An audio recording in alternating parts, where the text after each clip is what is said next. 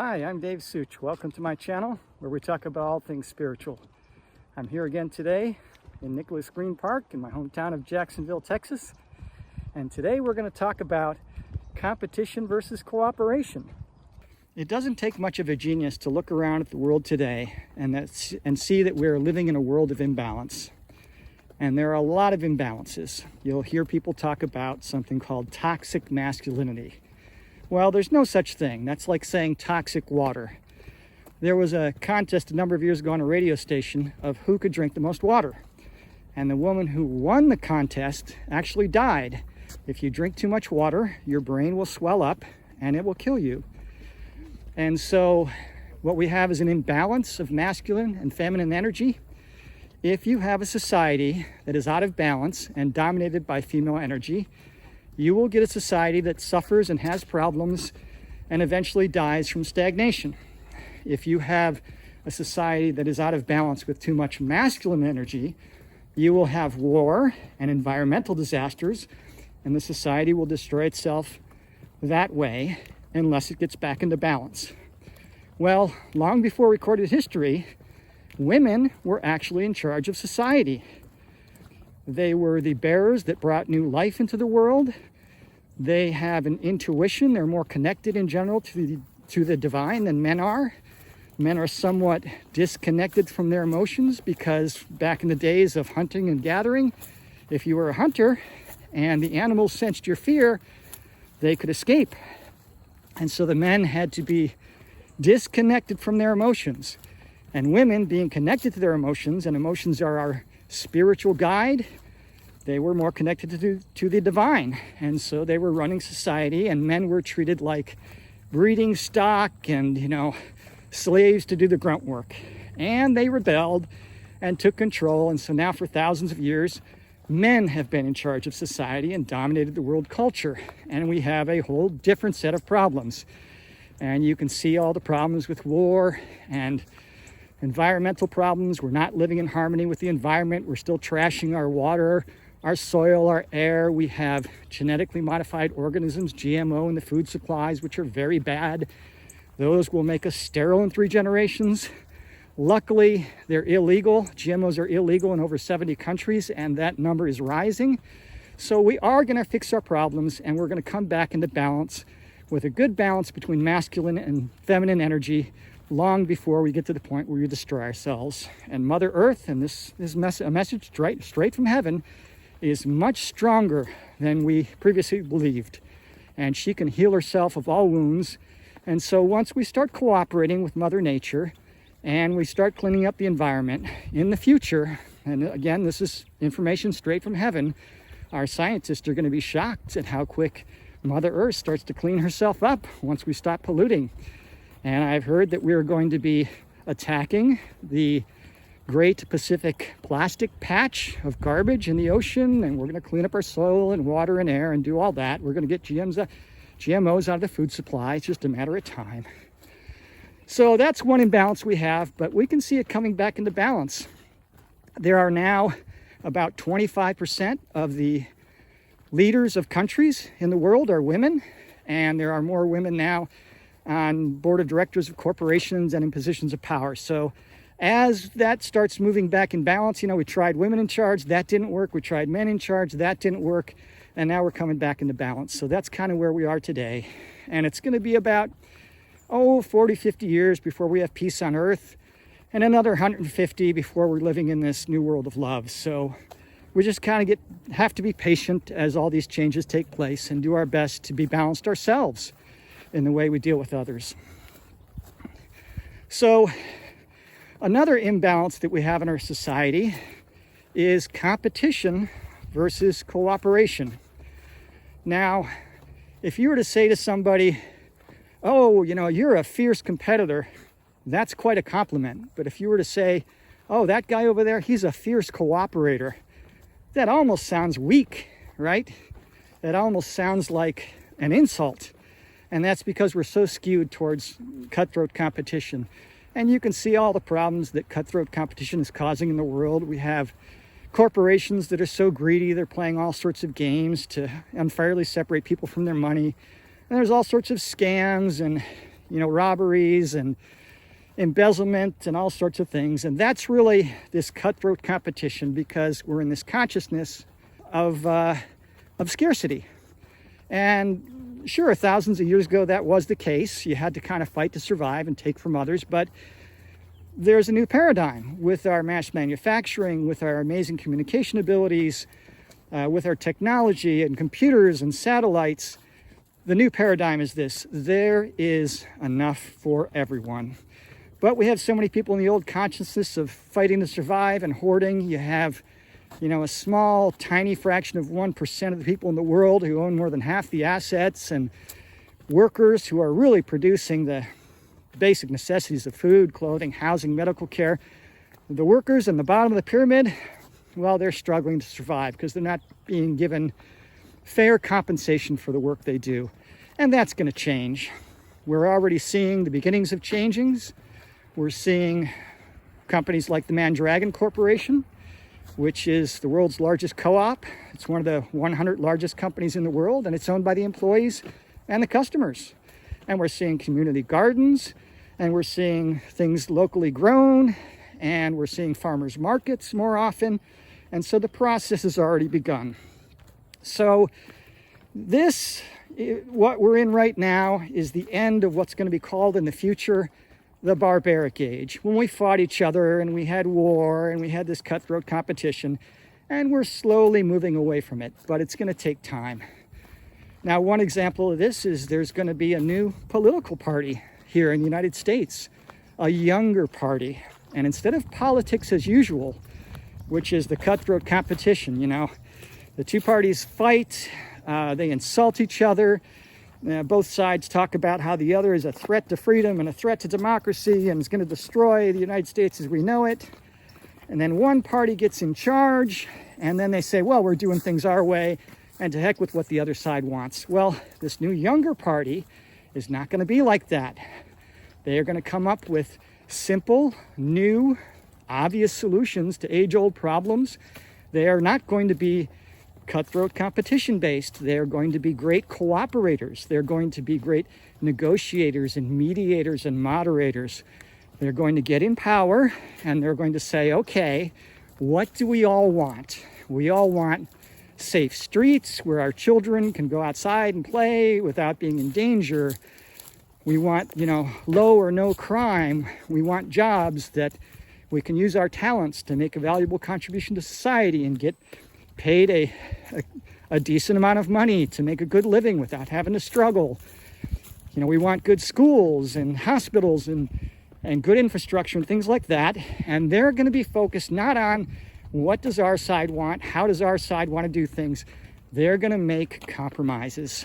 And it's just like a marriage. You have two different people with different ideas. And if you want that marriage to work, both sides have to make compromises. So we're going to be learning how to make these compromises. Now, let's talk about a world that embraces cooperation instead of competition and talk about what that might look like. Now, according to the law of manifestation, law of attraction, whatever you focus your thoughts and words and emotions on, that tends to manifest. So we're going to focus on this what if scenario, and we're going to feel these emotions of what it would be like in a world of cooperation.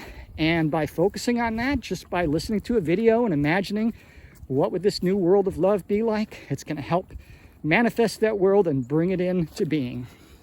But right now, well, we're still at the tail end of the barbaric age. So imagine a world where companies, instead of suing each other for patent infringement, said, oh, we're going to share our technology with everybody. Hey, competitor, we're going to still make our own products, but you want to borrow some of our employees or technology? We'll lend you the employees. We'll show you how to use our technology. And if we want to do something that you're using, you're going to share your employees with us. So that's kind of the world that's coming. Imagine a world where instead of pricing products and services as high as you possibly can, as high as the market will bear, imagine a world where they price it fairly. Enough profit to keep the company going, enough profit to keep the company self-perpetuating, to provide us our goods and services that we need, but not so much where they can pay their CEOs and board of directors 2,000 times what the lowest employee gets paid. So back in the 1960s, the highest paid employee, the CEO, would make about 15 times what the lowest employee made. And today it's around 2,000 times. And so this imbalance is going to be brought back into balance as we start cooperating. Imagine a world where products, which today are made to be disposable, where they make products to last, where you get a bang for your buck. You pay more for the product, but instead of breaking it 2 or 3 years, it lasts your lifetime. You buy a tool and it never breaks. That's the world we're headed towards. Imagine a world where we help each other so much that companies like AAA become obsolete. Because if you're stuck on the side of the road with a breakdown, you're going to have 5 or 10 people stopping to help.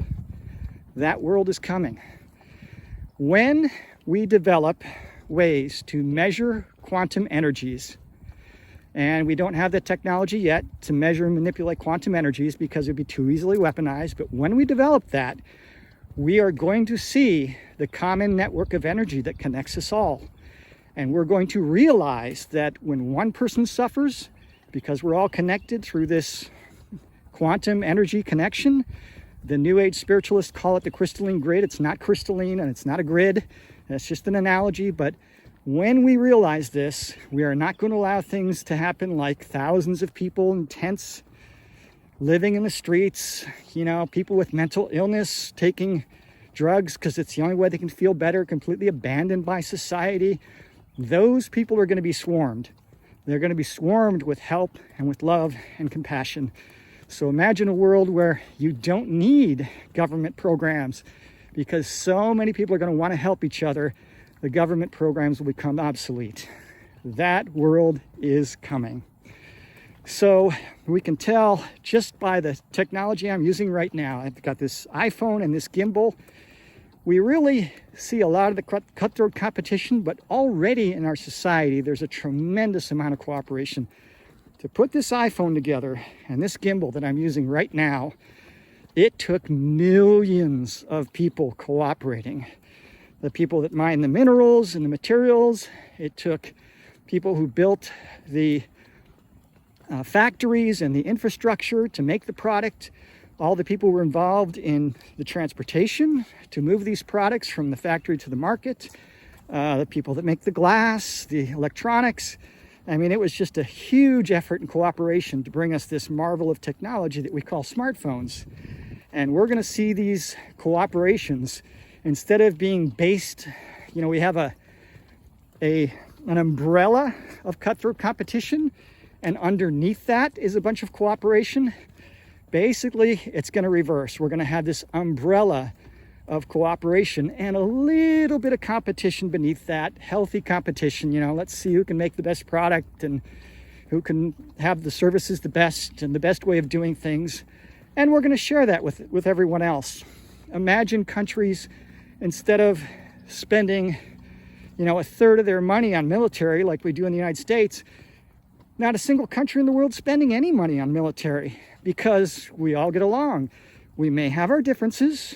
We may get mad at each other and not want to talk to each other, but we'll be like a family that loves each other. The brothers and sisters may get angry with each other and they may not talk for a while, or they may have their disagreements and strong arguments, but the brothers and sisters aren't going to pick up guns and knives and start killing each other. So imagine a world like that. Well, how do we bring this world into being? It starts with individuals. It starts with people like you and me who see a better way of doing things, and we start embracing that in our own personal lives. And, it can start with the smallest of things. How do we clean up the environment? If I'm in the city, the amount of trash that's around is overkill.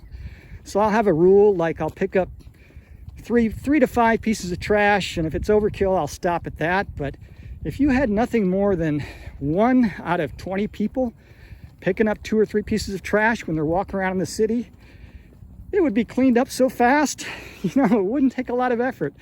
So that's just one little idea of how we can start. If you own a business, do your best to price your products fairly. I have a good friend who just started a smoke shop here in Jacksonville, and there was already 6 smoke shops. And she started this business because she said, well, they're price gouging. And so her idea was to start a smoke shop where she priced the products fairly. And she is quickly gaining a reputation here as having the best prices in town. And last month she had the best month ever, and her business is doing well. And it is the people who cooperate, the communities who cooperate, who are going to thrive in the future. It's not going to be the super wealthy who are building underground bunkers with food stores and all that. As difficult times come along, the ones who thrive are going to be the communities who are cooperating with each other, who are helping each other. Imagine a world where only 1 out of every 5 houses has a lawnmower, because 5 people share the same lawnmower. And maybe one guy fixes the lawnmower, and the other guy mows the lawns, and another guy brings the gasoline to fill it up, and another 2 cooperate to buy a new one when it breaks down and can't be fixed anymore. That world's coming. So this new world of love, it starts with us today. It's already happening, it's already in process, and we just have to be patient as the darkness comes to the surface and gets dealt with, and we realize the folly and the foolishness of this cutthroat competition. I'll give you some examples of this. There was a company with about 16 employees over 100 years ago, back when light bulbs were a fairly new thing. And there was this big drive to get the light bulbs to last longer and longer.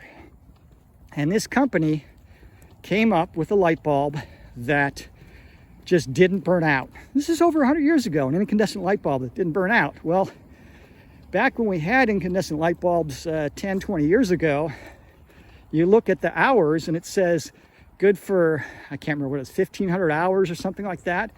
Where did that come from?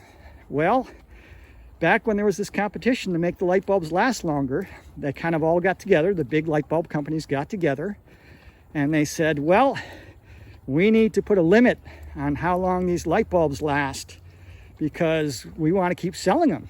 We want a good income flow and to keep selling more and more of the same product. And so they put a limit of so many hours, and if you went beyond that limit, there was penalties, and the group took control, and they basically bought that little company and they destroyed the formula for that light bulb. It's called the Centennial Light, and with the exception of a few power outages, it has been on 24/7 for over 120 years at a fire station in Livermore, California.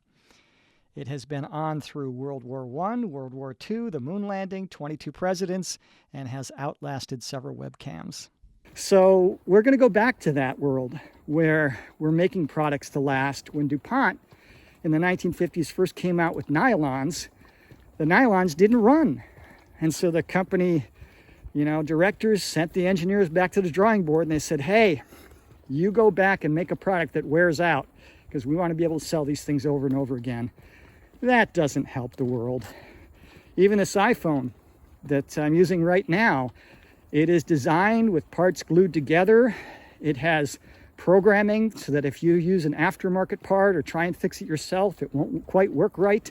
It is designed to be disposable. And I've seen the very first phone, I can't remember the name of it, but they do sell it on Amazon, and it's a phone designed to be easily repairable, easily replaced. If the screen breaks, you replace the screen. You can replace the battery yourself. You can upgrade the electronic board yourself.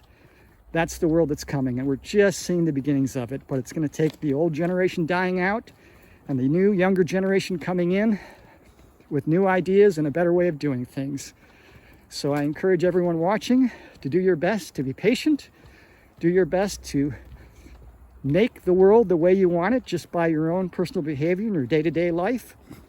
And I promise I'll make an effort to do the same. And that's about it for today. Thanks for watching, and we'll see you on the next video.